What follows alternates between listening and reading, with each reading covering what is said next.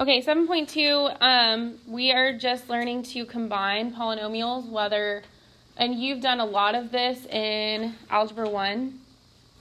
And essentially adding and subtracting is literally just combining like terms. So the things that you need to remember is that terms can only combine when they have the same degree. So x to the third can only combine with x to the third. You can't combine like an x to the third and an x squared. So terms can only combine if same degree. My only suggestion is just to be organized with this because it can get kind of messy. It's very similar to the concepts that you did in Algebra 1. The only difference is that they're just a little bit on a larger scale and maybe a little bit more advanced, but it's still the same concepts. So A and B are just showing you how you can do it vertically or horizontally. Really, it's just your preference. For me, what I normally do is I will circle the like terms, underline the x squareds. I don't know. For me, I just try to combine, look and see where are my x cubes, do those first, and put my x squareds together, my x's together. But I am very confident that you guys can do that. It's really just your preference. This is just showing you two different ways that you can combine. So if we look at number 1, it says add these two functions together. And so my x cubes will go together. 3 and 8, those combine to be 11x cubed. Remember that the signs go with it. 2x squared minus x squared combines to be what? Yeah, plus x squared. Minus x minus 5x combine to be minus 6x. And plus 7 plus 1 combine to be plus 8. When it says subtract, it's basically putting a negative out in front of the second function. So I'm applying it to negative 4z cubed minus 9z squared plus 12. So I'm just changing the sign for all of the terms in the second function.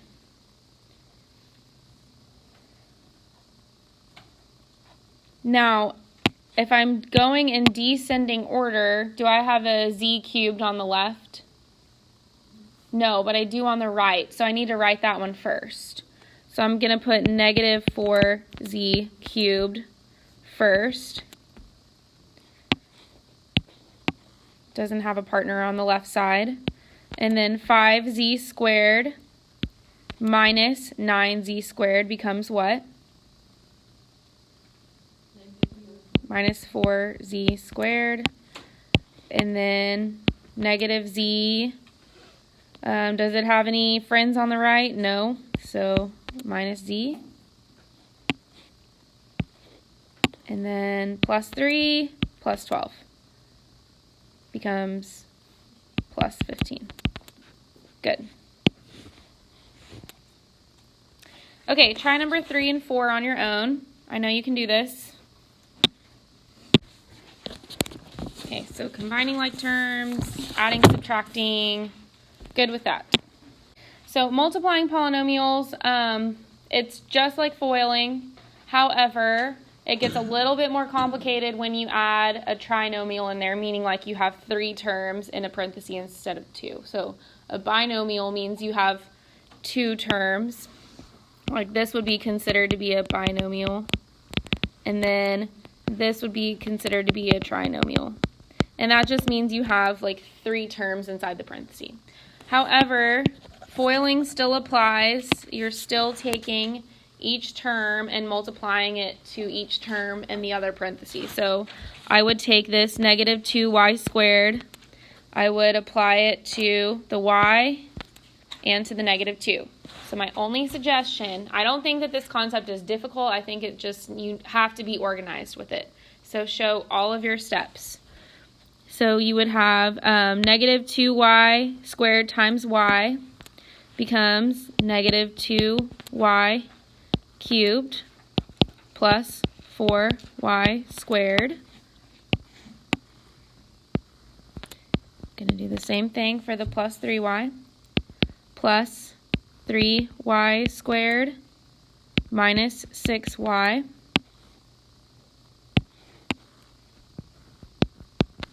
and then minus 6y plus 12. Now I'm going to combine my like terms. There's no other y cubed, so I just rewrite that.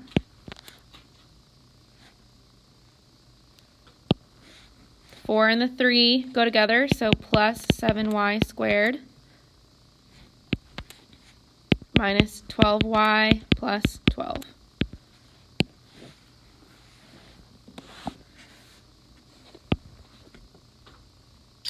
Okay, try number 6.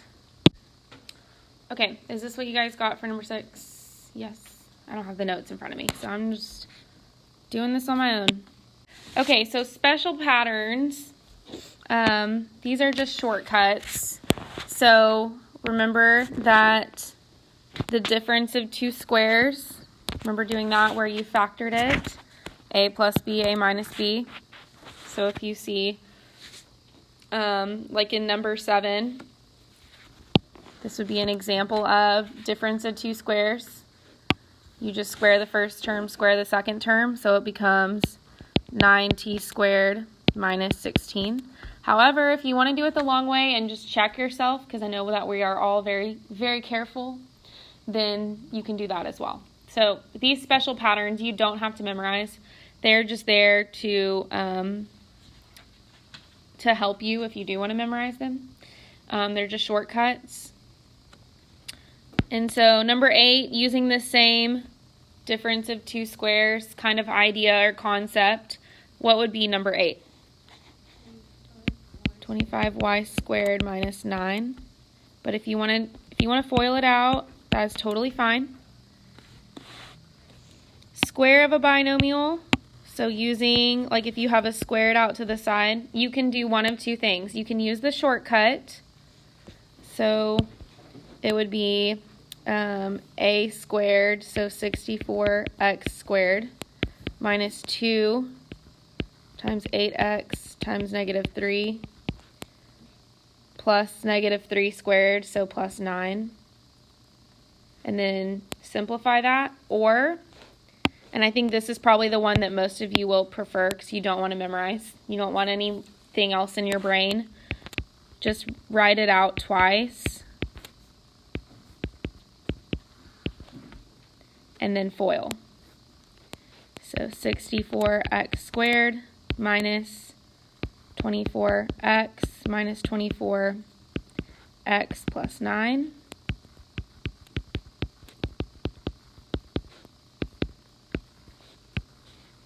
Here's what I don't want you to do. Listen to me when I say this. Do not do this.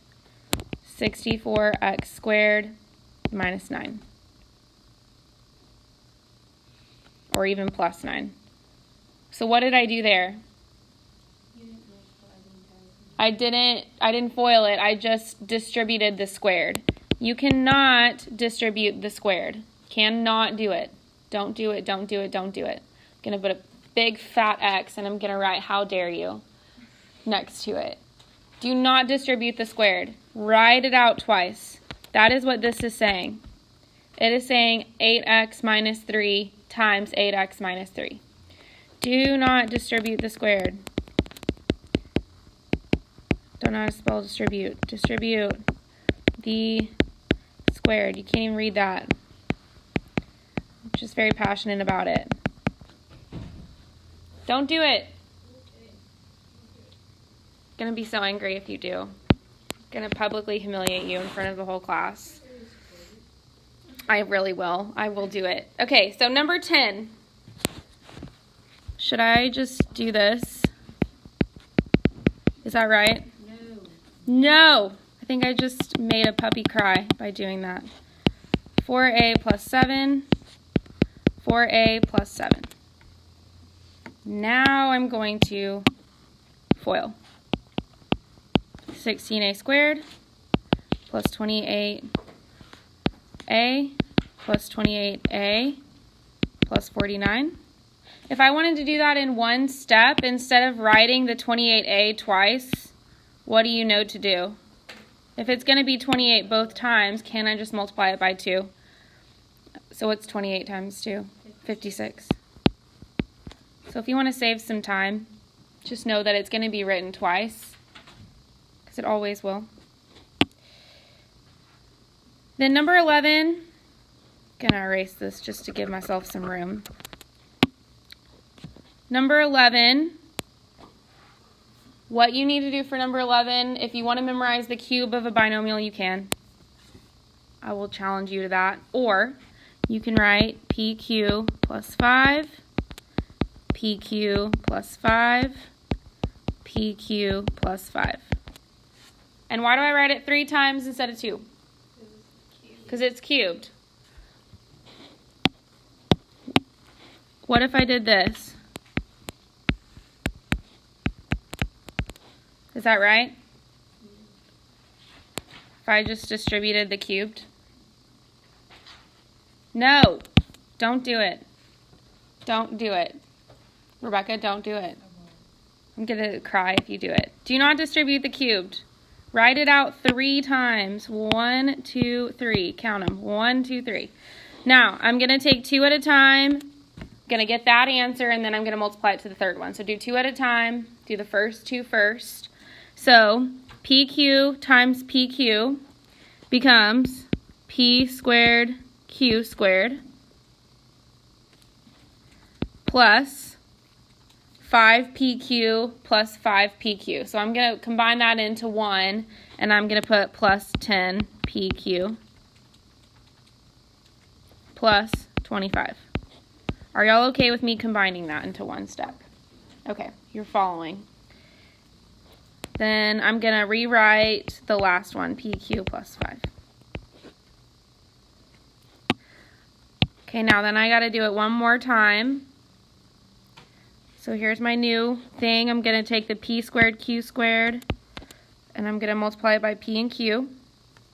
So it becomes P cubed Q cubed plus 5P squared Q squared. Now I'm going to take the middle term, distribute, plus 10 P squared Q squared plus 50 PQ. Gets a little messy. Take 25, distribute, plus 25 PQ plus 125. Is that right? Yes. Now I combine my like terms. Does anything combine with the first one? This P cubed, Q cubed? No, it doesn't. What about the P squared, Q squared? I've got the plus 5 and the plus 10. When you're combining with 2 variables, both of the exponents have to match up. So P squared and Q squared both need to match up. So plus 15 P squared Q squared plus 75 PQ plus 125.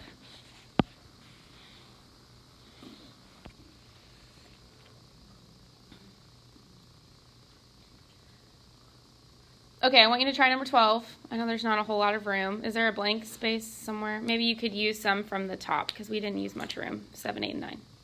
So I want you to try number 12. I'm going to put the answer on the board, and then you will be done.